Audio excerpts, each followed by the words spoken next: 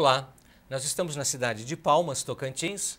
Hoje é 21 de junho de 2008 e o grupo de pesquisa História e Memória da instituição vai estar hoje fazendo uma entrevista muito especial com o professor Antônio Luiz Maia, que foi reitor da nossa universidade aqui da Unitins e teve um papel muito importante na educação no estado do Tocantins. Professor, nós ficamos muito contentes de recebê-lo hoje para essa entrevista e queremos começar com o senhor, que o senhor pudesse nos falar um pouquinho a respeito da sua formação, aspectos ligados à sua história pessoal, que para nós é bastante importante também. Por favor. Professor Sandoval, eu estava participando da homenagem que foi tributada ao meu primo, professor Rui Rodrigues, que esteve aqui a semana passada, e vim a convite pessoal dele. Estive presente quando recebi um convite todo especial que me deixou emocionado. Esse convite que eu fiz foi o senhor através do meu filho, que trabalha aqui na instituição e que tem o meu nome, é Júnior. Bom, eu não estava esperando por essa entrevista, entretanto eu me dispus a aceitar o convite, porque eu acho da maior importância a gente fazer o levantamento de todos os dados possíveis a respeito da história de implantação desse novo Estado. Esse Estado que é fruto resultado, fruto concreto de uma batalha já de alguns anos atrás, a começar de Teotônio Segurado, e veio vindo com Oswaldo Aires da Silva, com o ex-prefeito de Porto Nacional, doutor Feliciano, com César Freire, professor, que assumiram a responsabilidade da campanha passada nos séculos anteriores, né? No começo do século XX e no final do século XIX, e essa campanha resultou na criação do nosso Estado a nível nacional, porque foi feita pelo Congresso da República. Bom, eu participei porque minha formação foi toda ela feita em colégios. Formação intelectual, voltados para a formação de sacerdote. Eu não me nego ter sido sacerdote, sagrado lá na igreja Catedral de Roma, chamada São João de Latrão, San Giovanni Laterano, que era a Catedral do Papa, né? Fui sagrado lá junto com os meus colegas do Pontifício Colégio Pio Brasileiro de Roma. Lá foi que eu me formei a nível superior, porque eu já saí daqui com o ensino primário, secundário, por nacional, e ingressei em ensino ginasial em Belo Horizonte, terminei a filosofia em Belo Horizonte e fui mandado para Roma. Não fui eu que escolhi, não. Me escolheram. Aí eu tive que atender a escolha e fui para a Universidade Gregoriana, uma das grandes universidades onde todos os alunos eram por colégio, colégio de determinadas repúblicas e de determinados estados do mundo inteiro. O Brasil tinha um, Pontifício Colégio Pio Brasiliano de Roma, que é lá situado na Via Aurélia Nova. Bom, foi lá que eu me formei durante 6 anos, fazendo o curso de teologia. Terminei filosofia lá. Fiz filosofia, terminada, passei para teologia, fiz graduação em teologia, tem licenciatura, e fiz o curso de doutorado com tese sobre assuntos relativos exatamente ao progresso dogmático. Essa é a minha formação. Voltei para minha terra, Porto Nacional, de onde eu sou, de família de Porto. Nunca tinha saído de lá. Fui com 12 anos, voltei com 27. A diferença foi muito grande na minha formação por causa disso. Total distância da minha família. Durante quantos anos? Se eu saí em 40 e voltei em 54, por aí o senhor tira, né? Estou dizendo a minha formação. Sim. E voltei para trabalhar aí. Logo na chegada, eu não sabia bem o que é que eu iria fazer. Fui designado pelo bispo Dom Alano, reitor do seminário São José, de onde eu tinha sido aluno. Fui designado logo de início. Mas na semana seguinte, do colégio chamado Ginásio Estadual de Porto Nacional, eu recebi um convite da diretora para assumir uma cadeira lá de formação de alunos. Ora, para mim parece que estava sendo programado pela providência. Porque se eu voltei sem saber muito bem o que iria fazer, já tinha recebido duas incumbências fundamentais, uma de formação dos primeiros seminaristas de Porto e a segunda de formação da juventude da minha terra, eu achei que isso era um destino que eu havia recebido da parte superior de Deus para orientar a minha carreira. Eu me dediquei à causa do ensino como tal, tanto numa instituição quanto na outra, e fui diretor por 13 anos consecutivos. 13 anos consecutivos. Então, assumi a direção do colégio, que na época não era colégio, era ginásio, tinha 125 alunos, e eu deixei, depois de 13 anos, como colégio, com 3 cursos de segundo grau, 2 de formação, né, profissional específica e 1 de preparação para dar continuidade aos estudos a nível de terceiro grau para os alunos. Deixei, portanto, um colégio. E deixei com a maior honra do planeta, porque no dia da despedida lá desse colégio, dia que eu fui designado diretor do ensino primário de um governo estadual, do governador Leonino de Ramos Caiado, lá em Goiânia, eu tive que me transferir para lá e assumir a direção do ensino primário. Para mim, isso tudo foi um destino, foi um caminho. Eu tinha que pautar minha vida por esse lado. E eu fui professor depois, a nível superior, por concurso, na Universidade Federal de Goiás. Fui professor que não procurei ir lá, não andava caçando, vamos dizer assim, procurando uma cadeira para lecionar. Não, eu fui apanhado na minha casa e feito concurso a nível superior, sem muita preparação. Por 3 dias o concurso ia ser realizado. Olha onde eu fui parar. Estava na Secretaria de Educação, tive que sair da Secretaria de Educação para ir assumir uma cadeira lá da Universidade Federal. Então participei desse concurso e fui designado professor auxiliar de ensino. De quê? De filosofia. Olha onde? Filosofia. Bom, lá na Universidade Federal eu entrei no ano de 73, e saí no ano de 17 anos depois. Eu consegui galgar todas as carreiras do magistério superior. Quer dizer, galgar assim, por concurso. Eu passava de um nível para outro até chegar por professor titular. Sim. Da cadeira de filosofia da ciência. Filosofia da ciência. E lógica. Eram as 2 disciplinas que eu lecionava. Isso foi a minha formação lá, sabe? Certo. Mas aqui em Porto, além de ser diretor de um colégio, de trabalhar na educação de ensino de primeiro grau e segundo grau no colégio estadual, né? E eu fui diretor vigário. Sim. Vigário. Sim. Exercício sacerdócio. Exercício sacerdotal. Da catedral por 17 anos também, sabe? Isso aí eu fui. Isso me ajudou muito em contato com as famílias dos meus alunos. Sim. Meu colégio começou simples. Eram 125 alunos. Eu deixei com 1.000. 1.000 alunos. 1.000. Segundo, havia na primeira formatura, eu me lembro muito bem disso, no fim do ano de 58, eu assumi em 58 a direção, né, do colégio. Eu me lembro muito bem que eram 16 formandos de ginásio, com toda aquela pompa, com toda aquela festa do interior, mais bonita. Havia 15 rapazes para uma única moça. Uma única. Significa, o colégio público era para meninos homens, não era para meninas mulheres. Significa isso. As famílias designavam seus filhos para o estadual e suas filhas para o Colégio Sagrado Coração de Jesus de Porto Nacional. Isso aconteceu. Sim. E eu fiz questão de, quando saí do colégio, fazer o levantamento.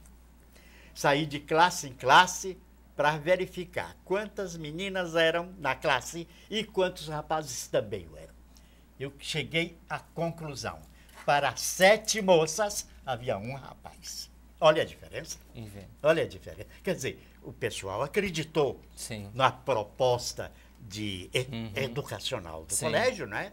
E do trabalho que a gente realizava, as famílias tinham confiança na gente. Nós sabemos, professor, que, é claro, mesmo o senhor indo para Goiânia, né? Para a capital, o senhor, nunca deixou suas raízes de Porto Nacional. Eu sou filho de e tudo mais, né?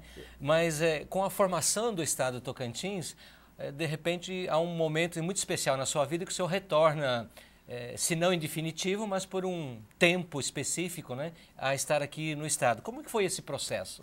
Olha, eu fui para Goiânia.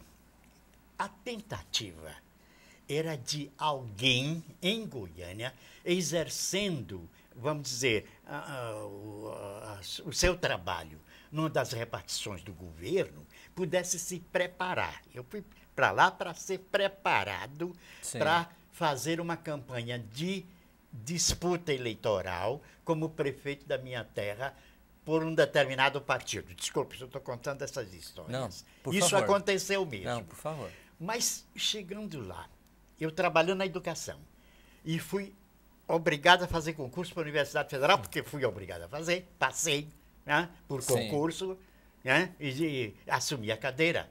Eu resolvi o contrário, não voltar para minha terra, não. Permanecer lá trabalhando na educação, em vez de vir trabalhar em política cá na minha terra. Agora sabe essa história. Continuei na Universidade Federal, né, durante vários anos, e depois disso eu terminei sendo aposentado. Fui aposentado como professor titular da cadeira de Filosofia da Ciência e de Lógica. Certo? E com todas as regalias, né? Ajudei também lá aos reitores do meu tempo a trabalhar na administração pública. Aprendi muito. Terminei até como pró-reitor de graduação e como chefe de gabinete da professora Maria do Rosário Casimiro, de quem eu tenho muita veneração. E de lá, então, estava me preparando, quem sabe, para retornar na minha terra, né? Eu acho que era isso. O que é certo é que eu terminei esse trabalho de preparação lá e voltei para cá. Como? Aí que está o problema. Eu voltei por insistência. Insistência de quem? Dos partidos políticos. Do candidato na época, Siqueira Campos, que foi depois governador. Assumiu uma vaga. Eu corri dessa vaga para todo lado para me esconder. Que eu não era político, vamos dizer assim, político no sentido de debates políticos e exercício político no sentido real da palavra. Mas era de uma política de educação. Por isso que eles foram me buscar, para ocupar uma das vagas de Senado. Fiz uma campanha limpa, como os outros fizeram, e saí vitorioso na campanha, né? Apenas por 2 anos, que era... os primeiros mandatos eram de 2 anos, que era para depois encaixar no regime de sucessão a nível de regular, né, da Câmara. Regular. Então, eu fiz por 2 anos também. Era isso aí que tinha que fazer. Graças a Deus fiz. Quando eu terminei lá, meu mandato que eu entreguei o gabinete, eu fui instado pelo meu primo Rui, que foi secretário de Educação, a vir trabalhar com ele aqui em Goiânia. Aqui em Goiânia não, aqui em Tocantins. Eu lá em Goiânia, aqui em Tocantins. Vim trabalhar com ele para assumir um cargo de administração a nível de 3º grau, que ia ser aconselhado, ia ser organizado. Aí eu saí de lá para cá, assisti a minha introdução, a minha escolha para designar o trabalho de instalação do nível superior de 3º grau no estado do Tocantins. Já havia 2 faculdades organizadas, mas precisava trabalhar esse ensaio, que foi introduzido no governo de Siqueira Campos pela professora Maria do Rosário Casimiro. Eu, então, fiquei com a responsabilidade de dar andamento a esse processo. Mas fui chamado pelo governo de Moisés Avelino. Moisés Avelino encontrou dificuldade em dar prosseguimento a uma universidade que fosse que não fosse diretamente organizada pelo Estado. Né? Então, eu tive que transformar todo o endereço da universidade, que era antes uma fundacional, para passar para ser uma autarquia. Para passar para uma autarquia. Certo. A autarquia teria recursos da educação. Certo. E recursos já a mais outra diretos, não. A né? outra era independente, Sim. praticamente independente. Sim. Foi essa a razão. Então, nesse sentido, eu trabalhei durante algum tempo dentro da educação e 2 anos que nós trabalhamos, instalamos todos os campi, que hoje em dia é a Universidade de Tocantins, que era do Tocantins, hoje é a Federal, tinha os campi, eram 9 campi, né, com diversos cursos diferenciados por área. Por exemplo, lá em Gurupi, foi o curso de agronomia, em Gurupi. Por quê? Por causa do sistema de produção de arroz, essas coisas na região, né? E Araguaína, veterinária por causa do gado. É por essa razão. Aproveitando, professora, o seu período no Senado, nós fizemos uma leitura e vimos lá que o senhor colocou um projeto de lei, com a sua preocupação voltada sempre para a educação, obviamente. O senhor coloca um projeto de lei com a intenção da criação da Fundação Universidade Federal do Tocantins, ou a Universidade Federal do Tocantins. É verdade. Como que se deu esse processo, assim, professor? Olha, a universidade é porque estavam dando universidade para os diversos estados que ainda não tinham. Quer dizer, organizando universidades. Né? Amapá, por aí, Rondônia. Falei, uai, o Tocantins também é estado. Vamos trabalhar para uma universidade federal no estado. Ainda que muito novo, né? Ainda que muito novo, está se instalando. E nós tivemos até sorte. Na primeira tentativa nossa, saiu um projeto nosso apresentado, mas sem cursos e recursos. Então, esse não deu certo. Introduzimos um outro, mas com a sistemática operacional diferenciada, sabe? De propósito, para ver se passava. Esse foi aprovado. Quer dizer, seria uma universidade não diretamente presa, mas independente, né?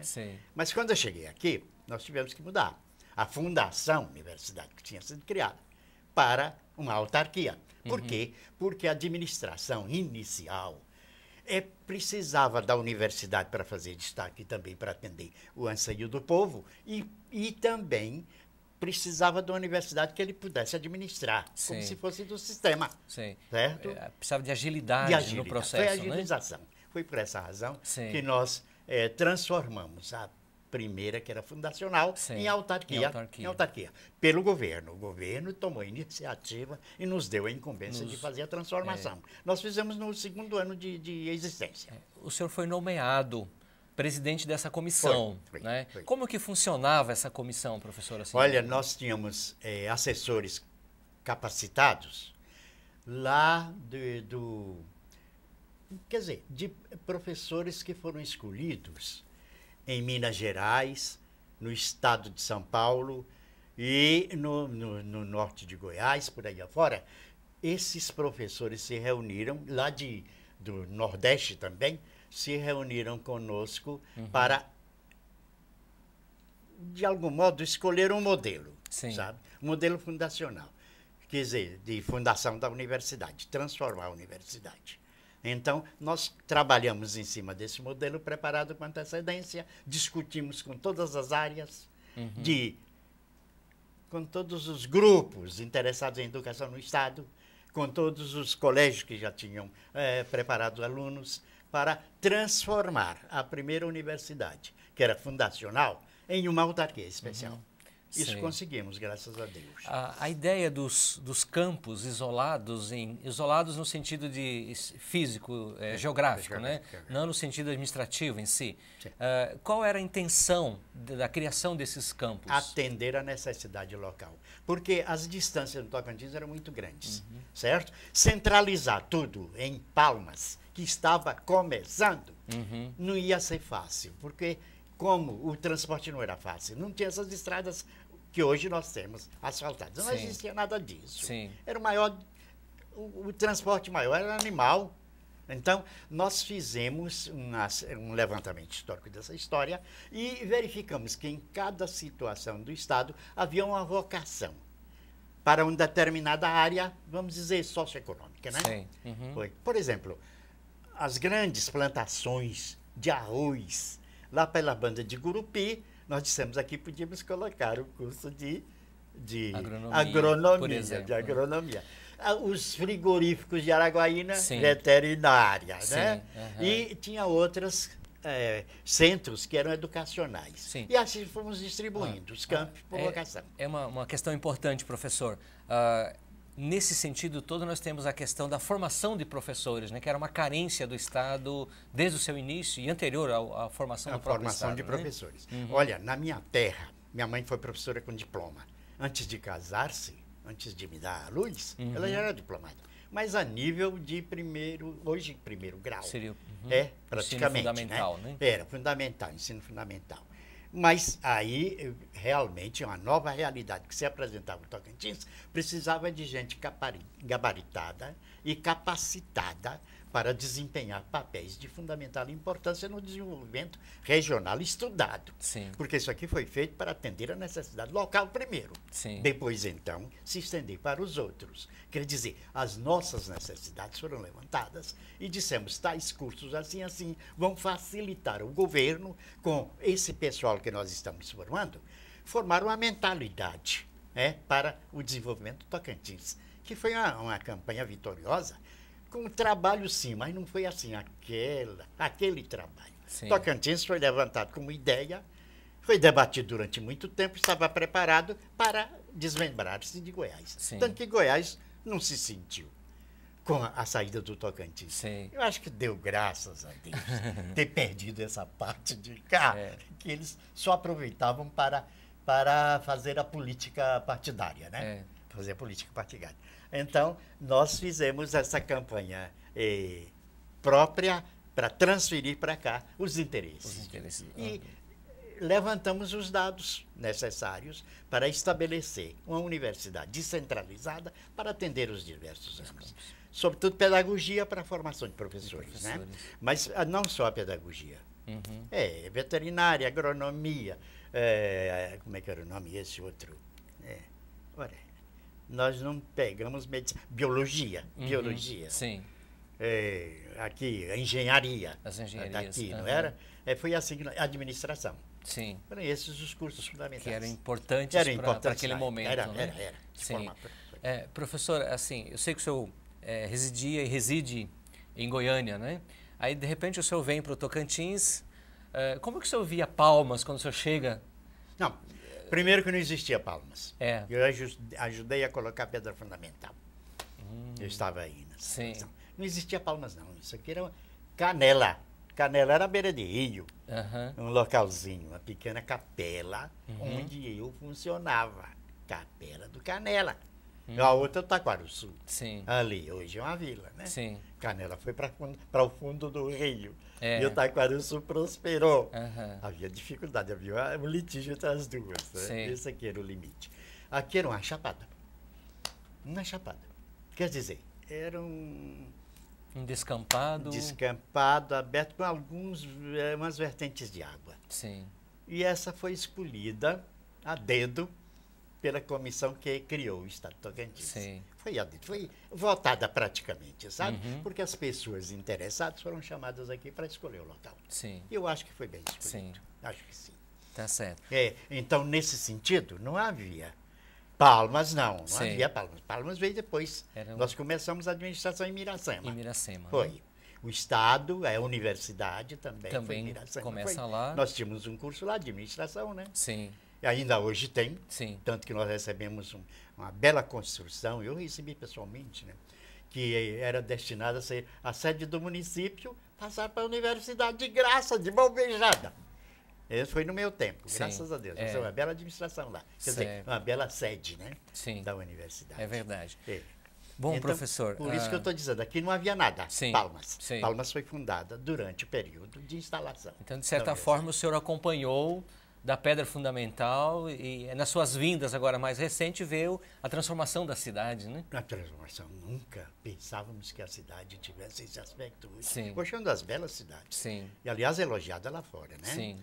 Não digo clima, o clima é meio desfavorável para quem não está habituado. É verdade. No começo sente um pouco, mas depois se acostuma. Sim, é verdade. É muito bonita Palmas, eu acho, sabe? Foi bem localizado. Eu estou na fotografia inicial, está por aí. Inicial, né? Tá certo. Bom, professor, nós estamos querendo assim só que o senhor pudesse nos fazer um comentário agora, como que o senhor sempre foi um grande lutador pela educação, né? Desde, como o senhor diz, a sua vocação inicial, mesmo indo para o sacerdócio em um certo momento da sua vida, mas a sua grande vocação sempre se voltou para a educação. Como que o senhor vê hoje, no estado do Tocantins, hoje nós temos a nossa universidade aqui, voltada mais para a educação à distância, com um nome a nível nacional hoje na educação à distância, como referência.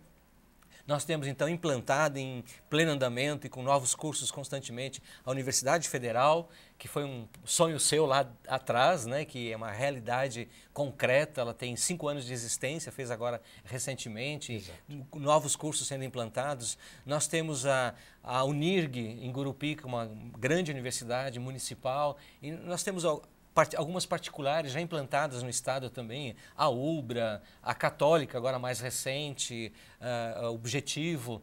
Então, de repente, nesse um período relativamente curto, né, de tempo, pensando historicamente... 15 anos, né? Em 15 anos, nós temos aí uma série de possibilidades hoje na educação que, com certeza, estão transformando também o estado do Tocantins. Como que o senhor vê esse processo? Como que o senhor percebe agora, mais recente, mais atual, e o senhor foi participante mesmo de tudo isso, né? Como que o senhor... Olha, eu digo o seguinte, nós tínhamos uma tradição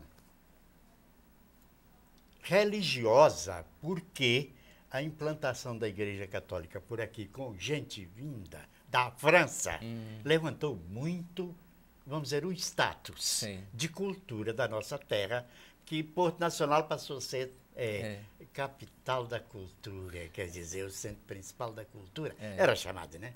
Mas isso eu estou dizendo, que isso foi assim, providencial, para nós foi providencial. Porém, tínhamos que dar continuidade, em virtude das distâncias dos grandes centros. Então, não havia a Federal 153, não havia. Sim. Foi implantada por Juscelino Kubitschek, eu me lembro muito bem dela sendo implantada. Sim. Eu participei desse processo, né, da Federal. Com a Federal, abriram-se novas perspectivas em termos de região. Quer dizer, levantou-se um anseio, uma ansiedade, um desejo, uma vocação de querer aproveitar melhor os elementos que nós tínhamos, né? Uma área boa, aberta, boa, sabe? Não era convulsionada, não tinha invasões, não é? O pessoal lutava pela sobrevivência, mas com recursos próprios, ia fazer comércio com Belém do Pará de motor de popa, meu avô ia e outros, descia meu pai também descia Rio. Doutor Chiquinho, grande representante da nossa terra, que foi deputado federal no Rio de Janeiro, trouxe 2 carros para cá sem estrada, para Porto Nacional, sabe dessa história, né? Para Porto Nacional. Isso tudo, havia um anseio muito grande de desenvolvimento. Eu acho que foi uma boa ideia política que se fez para a emancipação do local. Aliás, vamos e venhamos, a política chegou a ser amadurecida mesmo, porque não houve essa luta toda para ser criado o Estado. Na primeira vez, na primeira oportunidade que houve uma constituinte, criou-se o Estado e foi o único a ser criado. Os outros estavam ainda em fase de preparação. Era uma necessidade. Isso para nós é muito importante saber essa história e dizer, houve uma evolução. E o Estado foi criado para quê? Para desenvolvimento. Sim. A principal palavra era essa, desenvolvimento. De acordo com o quê? Com as suas reais potencialidades. Por isso que nós estudamos cada uma das regiões para saber o que aquilo representava em termos de prosperidade, da continuidade, né? Deslanchar-se. E eu acho que o resultado hoje estamos aí vendo. Tocantins tem nome, Tocantins tem lugar entre os diversos estados da federação, em termos de produção e em termos de política, e o Tocantins hoje é um estado que atrai gente não é só do Nordeste necessitado, não, mas até dos estados circunvizinhos, Minas Gerais, São Paulo, gaúchos estão por aí, não é? E as diversas... Paranaenses, como Paranaenses, e com diversas... eles trouxeram também a contribuição. Quer dizer, escolheram porque o Estado estava aberto. Sim. Preparamos o terreno para se implantar, não é mesmo? Então, nesse sentido, para mim, houve um pulo muito grande entre o que era antes, que eu conheci, e o que é hoje o Estado Tocantins. Sim. Certo? É verdade, é verdade. E a contribuição dos nossos irmãos dos diversos estados não é para se desmerecer, não. O Nordeste também trouxe mão de obra, não é? Trabalhadores, ajudaram a formar a região aqui, a construir Palmas. Sim. Muita gente veio aventurar-se, mas a maioria foi mesmo no suor do rosto. Por isso que eu estou dizendo, foi providencial ter se escolhido esse local e ter criado o Estado para dar desenvolvimento normal e superior até à região, que era muito desprezada. Era só na época de eleição que aqui tinha nome, saíam angariando os votos do povo. E quem mandava eram os coronéis. E os coronéis mandavam sem dar satisfação a ninguém. Eu não digo nada porque o meu bisavô foi um coronel também. Professor, quando o senhor sai desse processo da Unitins, né, termina aquele período de reconstrução, vamos dizer assim, né, da universidade, o senhor retorna para Goiânia. Para Goiânia. E permanece em Goiânia até hoje? Eu trabalho em Goiânia dentro de algo que eu havia planejado antes. Trabalhar como aposentado. Não tenho obrigação de trabalhar, mas eu vou trabalhar como aposentado. Fazendo o quê? Aquilo que eu posso fazer. Lembranças. Divulgar. Analisar todo o aspecto histórico de implantação do meu tempo. Eu não estou fora do meu tempo, não. Utilizando exatamente as informações do meu pai, que era um professor auxiliar primário, só tinha o curso primário, mas sabia até regra de 3 e outras coisas, me ensinou a tirar área. Então, aproveitar o conhecimento desse meu povo e fazer as reminiscências. Eu estou no 8º livro de reminiscências. Esse 8º, não sei se será o último, mas eu estou. E comecei com o quê? Com as familiares, voltadas para o meu povo mesmo. Levantar a história, sabe? E daí passei a ser aos sociais. Eu tenho os 2 primeiros volumes, eram sociais interessantes de ver. O que acontecia, de que modo a política se realizava dentro dessa área. E aí fui trabalhando. Hoje eu estou fazendo aquilo do qual eu participei como vigário da paróquia, né? Para dizer o que foi que eu ensinei, como é que vocês devem se comportar. É isso aí, lembrar, sabe? As catequéticas. Então, o senhor continua nativo. Continuo nativo. Né? Então, trabalhei. E fui para Goiânia porque fui a convite, né? Fui a convite político. Mas terminei educativa. Certo. O convite voltado educativo. Para as políticas voltada para outra coisa, porque eu fui introduzido na Universidade Federal via concurso. Né? Fiz os concursos para tudo, até chegar a me aposentar. Muito bem. Agora aproveito o meu tempo para reavivar essas e fazer as publicações. Graças a Deus, vou dizer para o senhor a verdade, professor. Graças a Deus, meus livros têm tido boa aceitação. Tanto que eu tenho uma lista aí de cadê o meu, e infelizmente o que eu faço é por conta própria. A tiragem é pequena. 500, 600, é assim que eu faço. Sabe? Mas trabalhei muito, nesse sentido trabalhei. Graças a Deus. Muito prazer. Agora eu me sinto honrado de estar participando, vamos dizer, desse levantamento histórico. Isso é indispensável. Eu fazia isso com meu pai. Isso que o senhor está fazendo comigo aqui, eu fazia com meu pai. Só que não tinha meu aparelho e não tinha meu gravador. Era para ficar na memória. E ele dizia até as datas. Isso aconteceu dia tal, de tal. O tronco do duro lá de Anópolis, né? Tem o tronco. Eu passava aquela história porque ele era menino e participou daquilo tudo. Nos braços do meu avô, que morava lá pertinho. Correu até de noite para não ser preso. Meu avô. Isso tudo é interessante. É verdade. Resgatar, vamos dizer, aquilo que nós temos de patrimônio. Cultura era um patrimônio da nossa gente, graças à implantação desses dominicanos. Isso. Certo? Muito bem. Professor, nós só temos que agradecer e muito a sua participação, o privilégio de termos conosco nessa entrevista e esperamos que o senhor continue profícuo, escrevendo, trazendo as suas lembranças para que as pessoas possam compartilhar também desse momento histórico muito importante do nosso estado, da sua vivência aqui. Bom, muito obrigado. Professor Sandoval, muito obrigado mesmo. Esse seu convite para mim foi uma honra muito grande. Muito grande. Imagina, primeiro, que eu faço parte dessa história de algum modo, eu reconheço. Sim, é verdade. Que eu trabalhei aqui, trabalhei sim.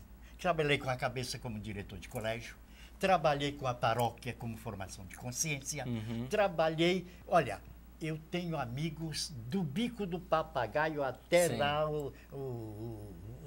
vamos dizer, o estado de Goiás. Sim. Amigos para todo lado. Nas minhas campanhas políticas, eles sempre gritavam o meu nome lá pelo meio que eu ia olhar. Era um ex-aluno meu, uma pessoa amiga, né? Suas relações. E a gente trabalhou para isso. Tá certo. E a gente tem bom conceito do que acontece por aqui agora, porque esse sistema de educação à distância foi um projeto meu a nível de Congresso Nacional. Está lá.